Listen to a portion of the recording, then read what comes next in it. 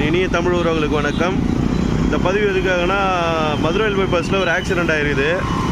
வண்டி வந்து ஃபுல் லோட்டில் இருக்குது போல், கண்டெய்னரில்.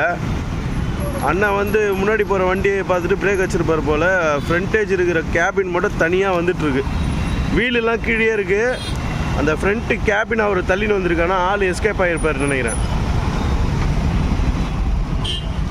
ஏன்னா அவர் கேபின் தனியாக வந்துடுச்சு.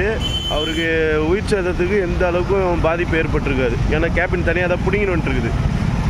கீழே எதுவுமே கிடையாது, அதில் வீலே இல்லை. வீல்லாம் ஃப்ரண்டேஜ் அந்த கண்டெய்னர் பாக்ஸுக்கு கீழே இருக்குது. ஃப்ரண்டேஜ் இன்ஜின்லாம் பாருங்கள் எந்த அளவுக்கு வந்து அழிச்சிருப்பார் பாருங்கள் பிரேக்கை. லோட்டில் இருந்ததுன்னா கொஞ்சம் நல்லா பொறுமையாக ஓட்டுங்க, ஒன்றும் அவசரம் கிடையாது, பார்த்து ஓட்டுங்க.